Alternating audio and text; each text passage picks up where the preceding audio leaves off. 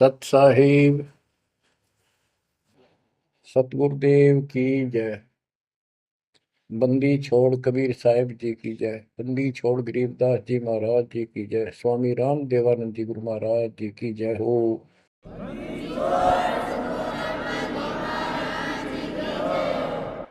सर्व संतों की जय, सर्व भक्तों की जय, धर्मी पुरुषों की जय। श्री काशी धाम की जय, श्री सुडानी धाम की जय, श्री क्रोथा धाम की जय, श्री बरवाड़ा धाम की जय। सत साहिब गरीब नमो नमो सत पुरुष को नमस्कार गुरु की नहीं। सुर नर मुनिजन साधुआ संतों सर्वस दीन। सतगुरु साहिब संत सब दंडवतम प्रणाम। आगे पीछे मध्य हुए किनको पूर्व। कबीर सतगुरु के उपदेश का सुनिया एक विचार। जय सतगुरु मिलते नहीं जाते नरक द्वार। नरक द्वार में दूत सब करते खेचातान। उनसे कभू नहीं छूटता फिरता चारों खाने। कबीर चार खानी में भरमता कबहू न लगता तार। सो फेरा सब मिट गया मेरे सतगुरु के उपकार। जय जय सतगुरु मेरे की जय जय सतगुरु मेरे की। सदा साहिबी सुख से वसियो अमरपुरी के डेरे की। जय जय सतगुरु मेरे की जय जय सतगुरु मेरे की। सदा साहिबी सुख से वसियो सतलोक के डेरे। निर्विकार निर्भय तू ही और सकल वैमान। जी साधो और सकल वैमान। सब पर तेरी साहिबी सब पर तेरी साहिबी। तुझ पर साहिब नाम निर्विकार निर्भय। बच्चों, परम पिता परमात्मा कबीर जी की असीम रजा से, कलम तोड़ रजा से आपको परमात्मा की शरण प्राप्त हुई। आपकी किस्मत, आपकी तकदीर, आपके लक का कोई एस्टीमेट नहीं लगाया जा सकता। आप कितने पुण्यों से भरे हुए हो। आपको उदाहरण दिया जाता है कि आज आप कितने ही निर्धन हो या धनवान हो, परमात्मा की शरण में आ चुके हो। आपके भक्ति संस्कारों का मोक्ष प्राप्त करने वाले भक्ति धन का कोई अभाव नहीं है, कोई कमी नहीं है। लेकिन इस समय में, इस मनुष्य जीवन में जो शरण में नहीं आएंगे, इस भक्ति काल में, भक्ति युग है, युग एक नया युग शुरू हो गया। इसको मोक्ष युग, भक्ति युग, कलयुग का ये सतयुग शुरू हो चुका है। ये सतयुग उनको होगा जो समर्थ की शरण आ जाएंगे। बच्चों, आपको उदाहरण दिया जाता है, आप आज के नहीं लगे हो, बहुत युगों से परमात्मा की भक्ति में लगे हुए। वैसे तो जिस दिन से अपने भगवान को छोड़कर, अपने पिता को छोड़कर हम इस काल के साथ आए थे, कुछ दिन के बाद इसकी स्वभाव और बकवादों का एहसास हो चुका था। हम जो धन लाए थे वो लूट लिया था और फिर हमारे से मजदूरी कराता है। पृथ्वी पर जाओ, भक्ति करो, स्वर्ग में आओ, महास्वर्ग ब्रह्मलोक में आओ। वहाँ इनके होटल हैं। हमारी भक्ति के धन से ये अपना कारोबार चला रहे। 21 ब्रह्मांड ऐसे चल रहे। जैसे उदाहरण दिया था, दास जब जूनियर इंजीनियर की नौकरी करता था, अपने काम पर था, लेबर लगी हुई थी, दोपहर के समय एक पेड़ के नीचे बैठे थे, वो खाना खा रहे थे, हम भी, और कोई आसपास छाया थी नहीं, उसी के नीचे चले गए। एक बहन रो रही थी, मुझसे पूछा तो उसने बताया, मैं एक भरे पूरे घर की लड़की थी जिसके साथ मेरा विवाह कर लिया, मैंने खुद किया, लव मैरिज। ये हमारे वहां नौकर था। जब तक ये ठीक सा लगे था, राजी बोला करता, बहुत प्यार से बोलता था। जब मैं इसके साथ आ गई, घर वालों ने भी त्याग दी। जो मैं धन लेकर भाज का आई थी, घर पे निकाल के लाई थी, वो सारा इसने शराब में उड़ा दिया। अब मुझे कहता है मजदूरी कर। मैं मजदूरी करती हूँ, वो शराब पीता है। पैसे ना दो तो पीट रहे। एक बालक वहीं 2.5 साल का, 3 साल का होगा, उसके साथ ही रेत में सो रहा था।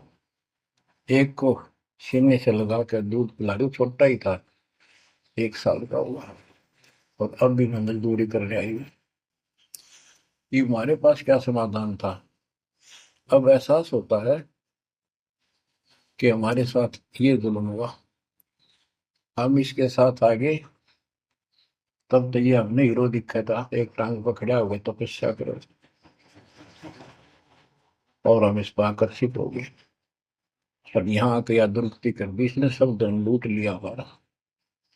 अब हम अपने घर उतना ही धनी होकर जा सकते हैं, और उतना ही लगाव जितनी तरफ इस नालायक के साथ हमने आने की थी, इतनी तरफ वहां जाने की होगी, तब वो स्वीकार करेगा। तो ये परमात्मा आपको तभी स्वीकार करेगा, इतनी तरफ बनेगी वापस उस घर जाने की। बच्चा इस गंदे लोक में आ गया। परमात्मा उसमें बताया करते थे, धर्मदास जी को बताया कि तुम गलत जगह आ चुके हो, आपको यह भ्रमित कर दिया, इस अधूरे ज्ञान में आपको वो जाकर खड़ा कर दिया, आपको रास्ते का पता नहीं, आपका घर बुला दिया। तो बच्चों, आप बहुत उसी दिन से, जिस दिन से भगवान से बिछड़े हो, आपको एहसास हो रहा है कि वो सुख है नहीं जिसकी हमें खोज है। सुख माने परम शांति। अब जैसे हम वेद पढ़ते हैं, गीता पढ़ते रहे, वेद पढ़ते रहे, इनमें स्पष्ट किया है 40वें अध्याय के 10वें श्लोक में कि कोई तो परमात्मा को साकार कहता है, कोई निराकार कहता है, कोई तो कहता है वो प्रकट होता है जैसे अवतार धार के, कोई कहता है कभी प्रकट नहीं होता, कभी जन्म नहीं लेता।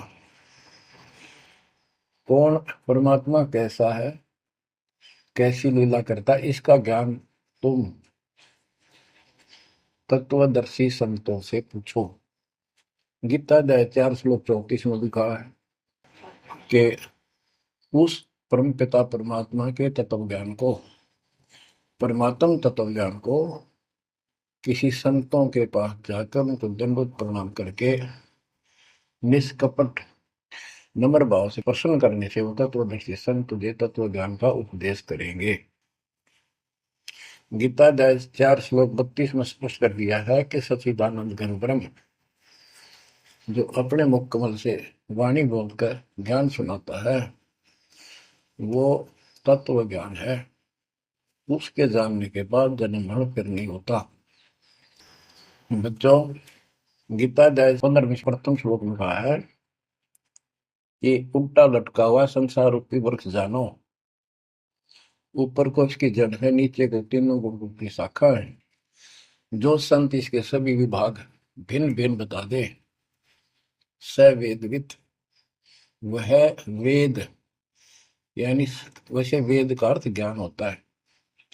ये चार वेद यानी चार प्रकार का ज्ञान, ये चार वेद हैं। स वेदविद यानी वो तत्व ज्ञान के जानने वाला है, वेद के तात्पर्य को समझता है। तो बच्चों, परमात्मा खुद सतगुरु रूप में आए थे और उन्होंने यही तत्व ज्ञान अपने मुख कमल से बोल वाणी में बताया था। कबीर अक्षर पुरुष एक पेड़ है, शर पुरुष यानी ज्योति निरंजन वा की डार, और तीनों देवा शाखा है ये बात रूप संसार। आज वो ज्ञान दास को प्राप्त हुआ मेरे गुरुदेव की कृपा से, आशीर्वाद से, परमात्मा कबीर जी की रजा से। तो बच्चों, ये क्लियर हो गया कि ये ज्ञान किसी के पास नहीं था, दास के पास है या परमात्मा के पास था, मेरे गुरुदेव के पास था, सर गरीबदास जी के पास था। आगे ये विस्तार से नहीं बताया गया। अब हम सुख खोजते हैं, धनी को सुखी मानता है, धनवान राजा को, स्वर्ग के राजा इंद्र को, इंद्र ब्रह्मा विष्णु महेश को, और ब्रह्मा विष्णु महेश स्वयं दुखी हैं, स्वयं सुखी नहीं। वे भी उस सुख की खोज में साधना करते हैं, तप करते हैं। उनके पास भी अध्यात्म ज्ञान संपूर्ण नहीं है, वो भ्रमित ज्ञान है। गीता अध्याय 18 श्लोक 62 में कहा है कि अर्जुन, तू सर्व भाव से उस परमेश्वर की शरण में जा, उसकी कृपा से ही तू परम शांति को, यानी सुख को, परम सुख को, शांति मीन सुख, परम शांति को और सनातन परम धाम को प्राप्त होगा। तो बच्चों, सबसे पहले आपको यह ज्ञान होना चाहिए कि हम कौन हैं, कहां से आए हैं, और इस मनुष्य जीवन का उद्देश्य क्या है। यदि मनुष्य जीवन का उद्देश्य आपने इतना ही मान रखा है, जन्म हो गया, शिक्षा ग्रहण करी या ना करी, शादी होगी, बच्चे हो गए, पाल पोस दिए, इनका विवाह कर्म कर दिया, फिर इनके संतान की आस लगाई, तो जो भी है ठीक है, हुआ। अच्छा, इस दौरान पता नहीं क्या क्या घटना घट लेती है, कोई मरता है, कोई बचता है, कोई रोगी, कोई कोढ़ी हो जाता है, और फिर मर गए। क्या यही काम था? ये तो पशु पक्षी भी करते, फिर मनुष्य जीवन की क्या आवश्यकता थी, ये अब पता चला। तो सबसे पहले हम सतलोक में थे, सतपुरुष एक सिंहासन पर विराजमान थे जो कमल के फूल के आकार का। वहां से उन्होंने चार लोक रचे ऊपर के, अकलोक, अगमलोक, अलखलोक, नीचे वाला सत्यलोक। प्रत्येक में चार सिंहासन इसी प्रकार के तैयार किए। उन सिंहासन पर विराजमान हुए अलग अलग नाम से, अलग अलग रूप से। सतलोक में विराजमान होकर सतपुरुष ने, हमारे पिता ने, वहां सतलोक के अंदर की अन्य रचना की। सबसे पहले 16 द्वीप एक वचन से किए, 16 वचनों से 16 पुत्रों की उत्पत्ति की। आपको सृष्टि में बहुत बार सुना है। अचिंत नाम का उनका एक पुत्र है, उनका भ्रम खत्म करने के लिए कि ये बीच में टांग डालें, उसे कहा कि विशेष सृष्टि आप तो। अचिंत ने अपनी शब्द शक्ति से एक व्यक्ति उत्पन्न किया, लड़का नौजवान, वो अक्षर पुरुष का लाया। अक्षर पुरुष मस्ती में जाकर उस मान सरोवर में सो गया। वहां श्वास से शरीर नहीं है, अमृत जल उसमें डूब कर मरते नहीं, सतलोक में मृत्यु नहीं है, ये शरीर ऐसा है। काफी वर्षों तक वो उठा नहीं, काफी समय तक। तब अचिंत ने परमात्मा से अर्ज लगाई कि अक्षर तो उस निंद्रा में है, सृष्टि रची नहीं जा सकती, कृपा उसे जगाओ। तब परमात्मा बोले, बच्चा, जिसका काम उसी को साजे, और करे तो मूर्ख बाजे। ये तुम्हारे बस का नहीं है, आगे से ऐसी गलती ना करना। हाथ जोड़े, माफी मांगी कि प्रभु गलती नहीं होगी। हमें अपने औकात का पता चल गया। तो परमात्मा ने समर जल से जल लिया, सरोवर से, अपनी शक्ति से गंदा डाल करके उसमें छोड़ दिया। बहुत बड़े आकार का हो गया, जैसे जादूगर करते। तो बच्चों, वो अंडा जो जल में छोड़ा परमात्मा ने, उसमें ज्योत स्वरूपी निरंजन की आत्मा यानी अपनी संगात्मा डाली। वो गड़गड़ गड़गड़ करता हुआ नीचे गया। अक्सर पुरुष की निंद्रा खुल गई उस गड़गड़ाहट से। उसने, जैसे इंसान सुता जागता है, थोड़ा सा उसके मन में कुछ विक्षुप्त जगा दे, जो मन मस्ती से सोता है, जिसको किसी का डर नहीं, तो एकदम गुस्सा सा होता है। उसने देखा तेरी नींद किसने खोल दी। क्रोध से देखा, वो क्रोध उस अंडे में प्रवेश कर गया। उससे वो अंडा पक कर फट गया, ज्योत निरंजन निकला। वहां इसका नाम कैल है, कैल। तो परमात्मा ने कहा, तुम दोनों बाहर आओ। दोनों बाहर आए, जाओ अचिंत के लोक में। उस दिन के बाद इस ज्योत निरंजन के मन में खुरापात पैदा हुआ कि हम तीन एक द्वीप में, और हमारे अन्य भाई सब एक एक द्वीप में। मैं अलग से राज लूंगा, तप से राज मिलेगा। इसने तप किया शुरू में, 70 युग। तब परमात्मा ने कहा, भाई क्या चाहता है। उस दौरान परमात्मा ने हम सब आत्माओं को उत्पन्न कर दिया। उसके बाद तुरंत सतलोक भर दिया। हम वहाँ मस्ती से रहने लगे, हमारा परिवार सब कुछ बन गया। उस दौरान हमने, वहाँ सारा सुख था। जब सुख होता जो बकवाद बाती है। आज जैसे बच्चे स्कूल में पढ़ते हैं और पैसे वालों के बच्चे हैं, वो फिल्म देखेंगे और बकवाद करेंगे। और गरीबा के बच्चे हो बेचारे, हैंड टू माउथ है, स्कूल कॉलेज जाएंगे, अपने घर आ जाएंगे। इसी प्रकार हमें वहाँ सुख था। सुख हमारे में सो आया नहीं, हमने सोचा नहीं। बकवाद भाई, यू नंगड़ पसंद कर लिया। यू आप भिखारी था भगवान के सामने, और हम इसको चाण लाएंगे। जैसे उदाहरण दिया था, और लड़की अपने नौकर को चाण लागी और बाप की व्यवस्था को भूल गई, जिसने इतना सुख दिया, जन्मी पाली पोसी। ये बीमारी हमें हमारे वहां से लगी है, और ये हमारे दुख का मूल है, रूट है। तो हम इसको चाहने लगे। परमात्मा ने आकाशवाणी की, बच्चों इसकी बातों पर ध्यान ना दो, इसकी क्रियाओं को मत देखो, मस्त रहो, ये ठीक नहीं कर रहा है। हम ऊपर से तो सावधान हो गए, पर अंदर से जबरदस्त चाह बन गई। ये एक छूत का रोग है, ऐसे लग जाता है। मोह ममता किसी के साथ ज्यादा जुड़ जाओगे, ऐसे मिल जाएगी। फिर क्या होता है, हम परमात्मा के दिल से उतर गए और हमें रिजेक्ट कर दिया कि इतने कहने के बावजूद भी ये ऐसी बकवास कर रहे हैं। इसने 70 युग तप करने के बाद परमात्मा ने पूछा, भाई क्या चाह रहा है, बोल। उसने कहा, पिताजी, हे भगवान, हमें अलग राज दे दो, मुझे अलग स्थान दो। सब एक एक स्थान पर हैं, और हम तीन एक में हैं। सबके पास एक एक द्वीप है। परमात्मा ने उसको 21 ब्रह्मांड दे दिए, जैसे 21 प्लॉट दे दिए जाते हैं। ये वहां चला गया।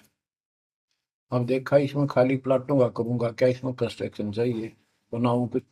नंगन है, इसके पास है कुछ नहीं। फिर तब किया परमात्मा से, फिर मांगा 70 युग तब करके मुझे या कंस्ट्रक्शन रचना करने की सामने